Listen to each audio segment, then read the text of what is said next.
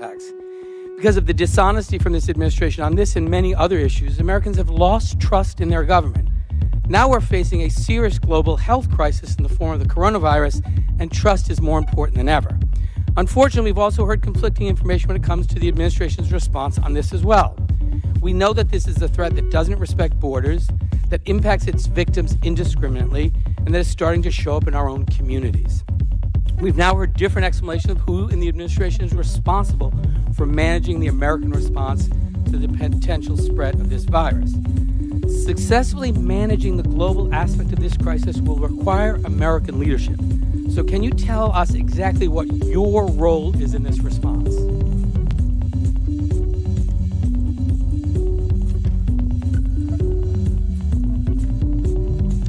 Yes. That's the question. What precisely falls on your set of responsibilities as Secretary of State? Sure. So, Mr. Chairman, just so you know, we agreed that I would come here today to talk about Iran, and the first question today is not about Iran. Well, let's make it about Iran. Let me make it easier. We've learned that there's been an outbreak in Iran of 245 cases, is the latest number. Have you or any other senior-level American official been in touch with anyone inside the Iranian government to coordinate on this response to the virus and to mitigate the further spread of it? Members suffered traumatic brain injuries. The Pentagon had thought it would be even worse. But the day after 110 of our service members were hurt, the president said no Americans were harmed in last night's attack by the Iranian regime. 19 days after those injuries, the president said, I heard they had headaches. I can report it's not very serious. 30 of them are still in the hospital. All of them will be suffering their whole lives, or be studied their whole lives for their traumatic brain injury. Mr. Secretary, do you want to take the opportunity, this is a yes or no question, do you want to take the opportunity here today to apologize to those service members for trivializing their injury? Sir, after the strike, you were the administration's point person making the case that we had to kill Soleimani at that moment on January 3rd. Here's what you said.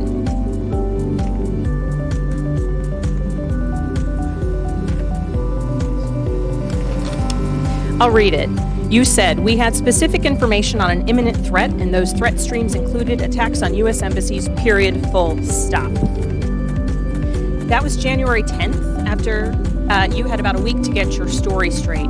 Except when we're looking at the fact that taking out Soleimani was essential to addressing a blow to a lion's malign activity, I question the fact that the day after Soleimani's death, Iran's supreme leader Khamenei appointed Soleimani's longtime deputy to replace him and continue operations. They didn't stop and they didn't slow down. Isn't that true? Didn't they shoot rockets at our people just days later, sir? The answer is yes. And the same day that you made that statement, you gave a classified briefing in Congress. I was there, and you didn't provide evidence to us about that claimed imminence. That's not true.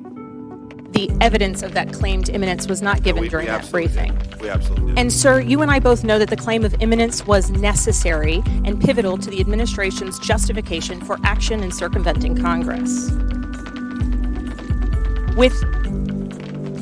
I said there was nothing in that briefing. With conflicting information, it's hard. Gentlewoman has the time. With conflicting information, it's hard for the American people to know what to believe. But fortunately, we have what's called a 1264 report, and the president is required by law to send this report to Congress to explain the legal and policy justifications for killing Soleimani. And since it's a crime to make false statements to Congress, I presume that we can take the 1264 at face value. We received this on January 31st. Sir, how many times does this report refer to an imminent attack on a U.S. embassy that would be stopped by killing General Soleimani?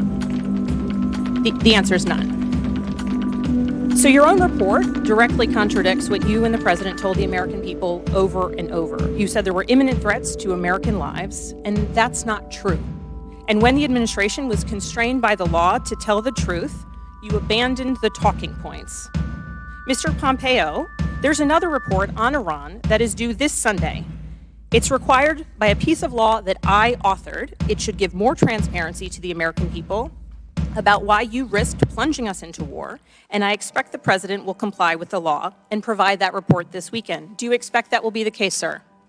We always do our best to comply with every legal requirement. I promise you we will continue. I look forward to reading it. And lastly, as this administration has been so inconsistent with the facts as it relates to coronavirus on matters of security and public health, the American people need credible, consistent information, and we are consistently not receiving that from the administration.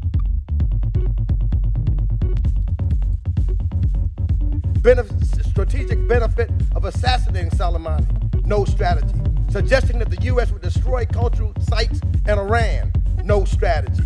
Denying Iran's foreign minister a visa to go to the UN, no strategy. Suggesting that we will punish Iraq if it follows through on expelling our military, no strategy. Sir, nobody here mourns the death of Soleimani, but it backfired in completely foreseeable ways. Killing him undermined all of the objectives and didn't do anything to make America safer.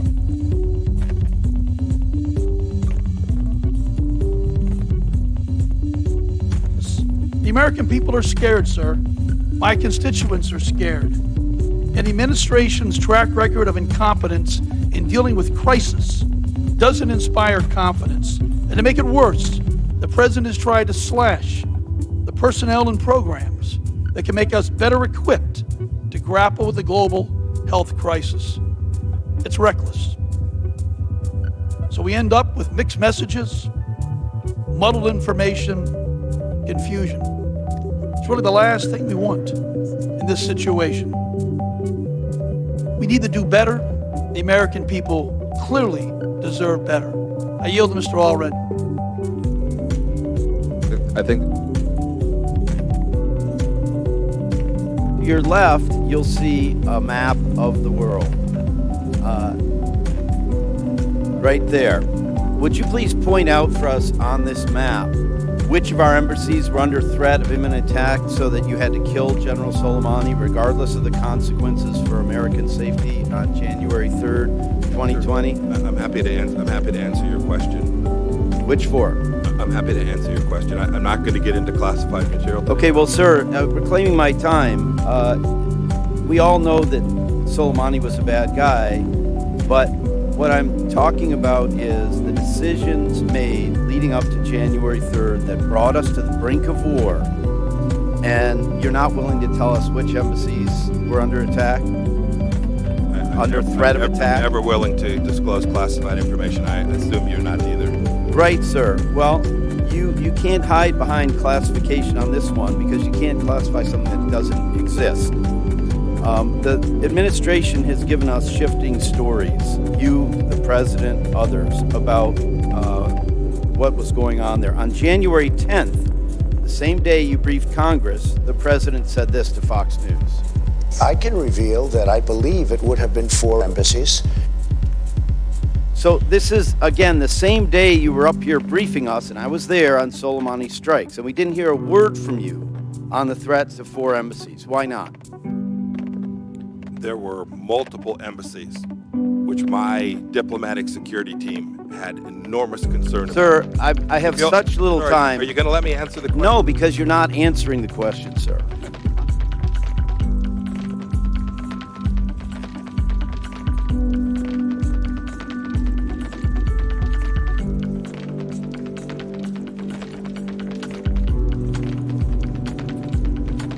Follow up to see if enough has been done to protect Americans in harm's way. The day of the strike, your department issued a warning against all U.S. citizens to depart Iraq immediately. Was there a concern before or after the strike that Americans could be targeted for retaliation? We've known that Americans traveling not only in Iraq. Sir, yes or no would be yes, sufficient. But the answer is a little. I know, but we don't really have that much time. So, did you warn? I need to be accurate. Sir, I apologize. Did you for warn the embassy accurate. either before or after the attack? The embassy was completely in the loop as we were working through not only hours, okay, but months. The people at the embassy who are the ones in harm's way said that they were not warned. I hope you're not saying that they're lying. Sir, were you not aware that Americans might be targeted by this assassination and be retaliated against. Oh, the threat from the Islamic Republic is now 40 years on. All right. Well, I ask this because Brian Hook, your special representative on Iran, received extra security at a speech in Los Angeles after the attack, not in Baghdad. Los Angeles. Mr. Hook got protection from diplomatic security, the LAPD, and counter-assault team. Look, I think making sure our public servants have proper security is incredibly important. But I have to ask, if we were so much safer after the strike, why did a U.S. diplomat need counter-assault team to protect him at a speech in California? Yes, it's undoubtedly the case that we are all safer. There are distributional elements to this. That is, there are certain persons who made certain decisions that might be more at risk. But let me assure you, cumulatively, the American people are far more safer. If you are claiming that Americans are safer after this attack, apparently your department disagrees, at least as far as Mr. Hook and our embassy in Baghdad are concerned. I yield back. Okay.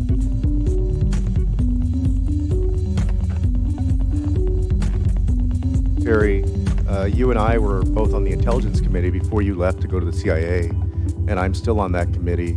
I listened to your answers on classified information, and I've seen that classified information, and after reviewing it, I don't think that you're telling us the truth. And I would encourage the President and you to declassify as much of that as possible. I think if the American people read it themselves, they wouldn't believe that you're telling us the truth. But here's my question.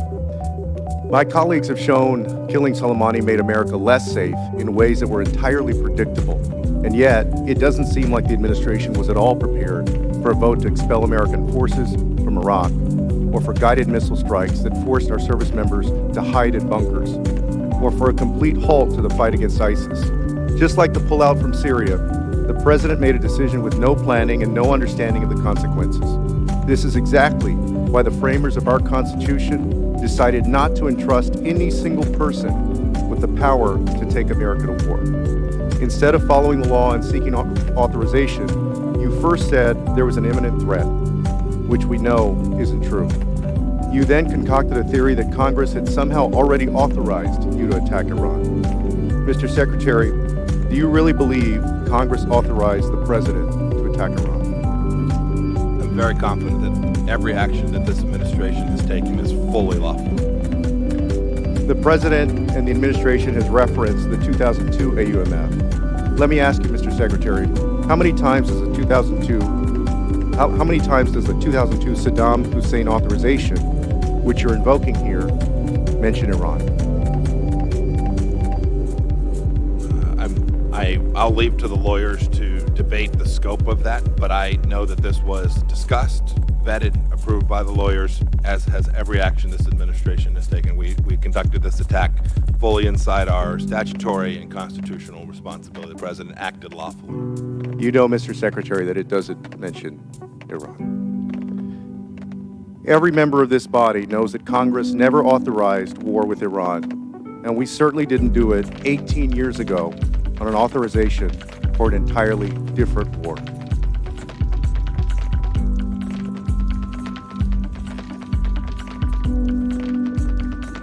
On January 7th, Iran's foreign minister told NPR's Mary Louise Kelly that following the Soleimani strike, Iran was going to get rid of all limits on the centrifuges that Iran uses to enrich uranium. So let me put that in some context. As of last November, the IAEA said that Iran's stockpile had grown to over 800 pounds.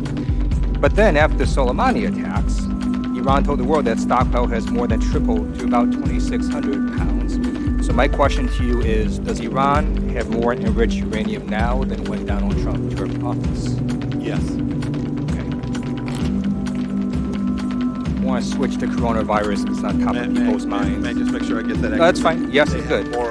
They have enriched to a higher level than they did when we took office. That's a true statement. The maximum, it's a little more complicated. I just want to be more precise. So I'm going to switch to the coronavirus, which is top of people's minds. Donald Trump's chief of staff, Mick Mulvaney, told the Conservative Political Action Conference that the coronavirus was the hoax of the day. Do you agree with Donald Trump's Chief of Staff, Mulvaney, that the coronavirus is the hoax of the day? The State Department is doing everything it can to protect American citizens around the world. Do you believe coronavirus is the hoax of the day? I'm not going to comment on what others say.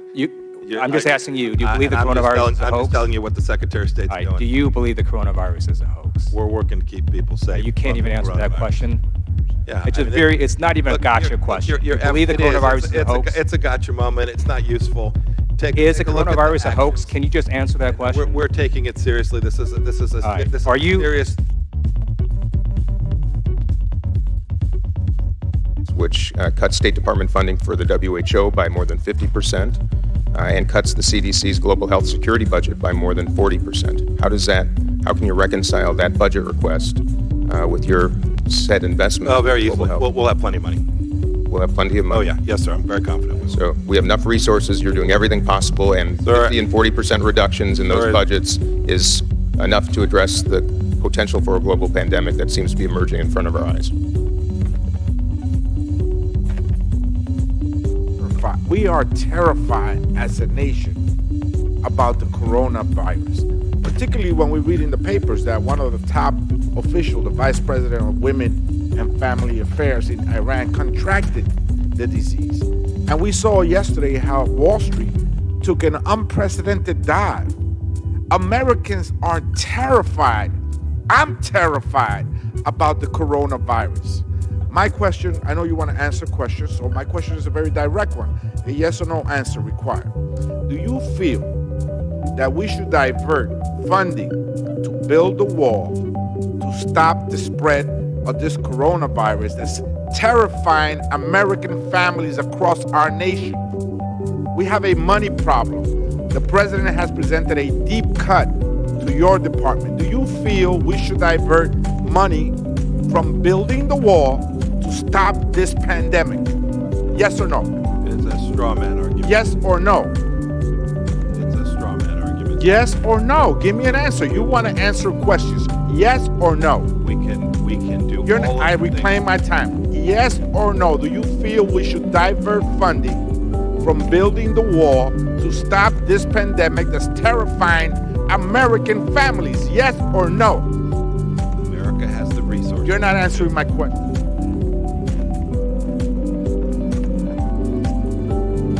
Federal government is massive with millions of people, and there are a lot of people out there taking action against this president, and when we find them, we will take appropriate action. We've seen reports that the White House Personnel Office is compiling lists of so-called deep state people, disloyal people to purge. There are some 24,000 civil and foreign service officers, Mr. Secretary, who are also listening to you right now. They know that they have a duty to implement this president's policies.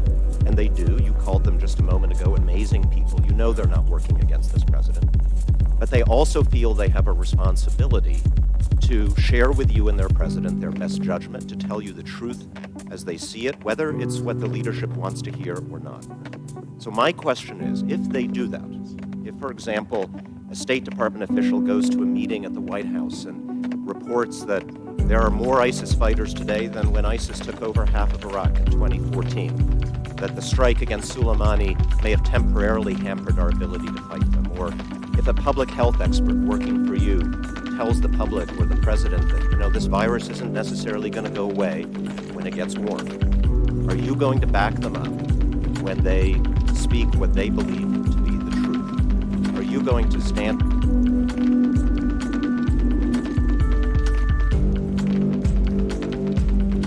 Governing and leading the world requires stable leadership. The world looks to us for that leadership. They watch us. They fear our military, but more than that, they respect our values and how we lead. Government by chaos makes us less safe and the world less safe.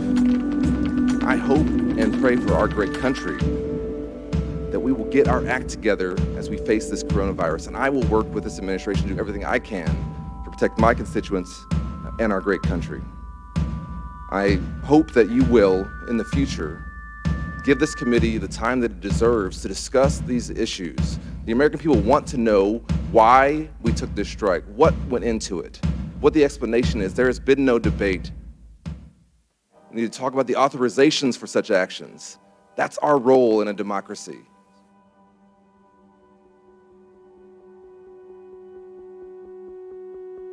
January 7th, Iran responded to the Soleimani strike by launching missiles at American personnel housed at Iraqi bases. We now know it caused permanent brain damage and trauma to our service members.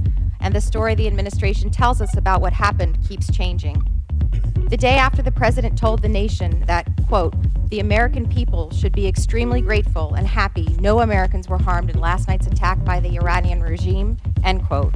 And like many Americans, I believed them, and I was relieved. But that wasn't in fact true. In fact, many people were harmed. Following the attacks and ensuing reports of injured service members, the president had this to say, and I quote, I heard they had headaches and a couple of other things, and I can report it's not very serious. Just briefly, Mr. Pompeo, with a yes or no, do you believe that traumatic brain injury is serious? Yes. I do too. I'm a third-generation veteran, and I have family members currently serving in harm's way, and I'm very familiar with the devastation that these kinds of injuries can cause. But on January 24th, the Pentagon told us that 34 service members had suffered traumatic brain injuries as a result of these strikes. And then on January 28th, 4 days later, we were told that no, actually that number was 50. And then 2 days after that, the number was 64. Sir, with a simple yes and a number, what is the number standing at now in terms of U.S. service members who have sustained traumatic brain injuries, which the president has previously dismissed as simply headaches? Yes, you'll have to go to the Department of Defense to get the precise number. So I can give you the number. It's 110. And thankfully, many of them have been. Sign up for. But I'm worried that we have increased the chances of harm to these people who serve us. I think it's just led us down a more dangerous and unpredictable path of Iran seeking revenge, and I fear for the brave public servants who are going to bear the brunt of that. With that, I yield to Ms. Omar. Thank you. Sir, I just want to follow up to see if enough has been done to protect.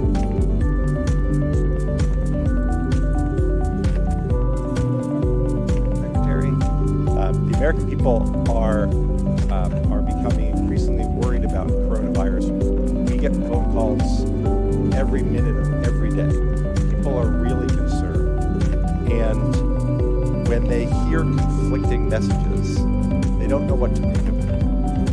So, Mr. Pompeo, any misinformation is bad. The pattern of misinformation undermines our entire system.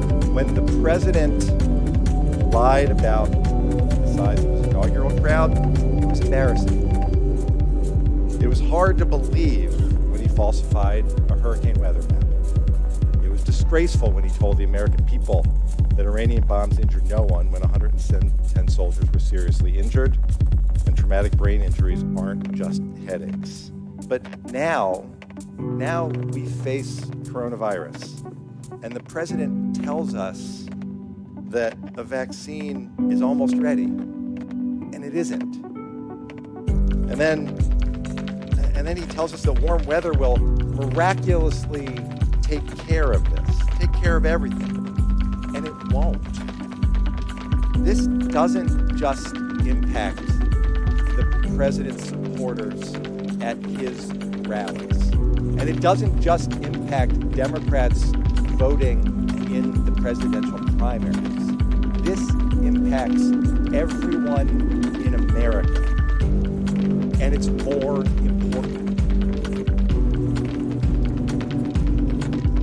My question again, how do you stop Iran from getting a nuclear weapon? We'll stop them. How? Sanctions? We'll stop them. Well, since you made that comment, Iran has tripled the amount of stockpiled uranium it has. So I'm going to give you another chance to answer the question. How are we going to stop Iran from getting a nuclear weapon? We'll stop them.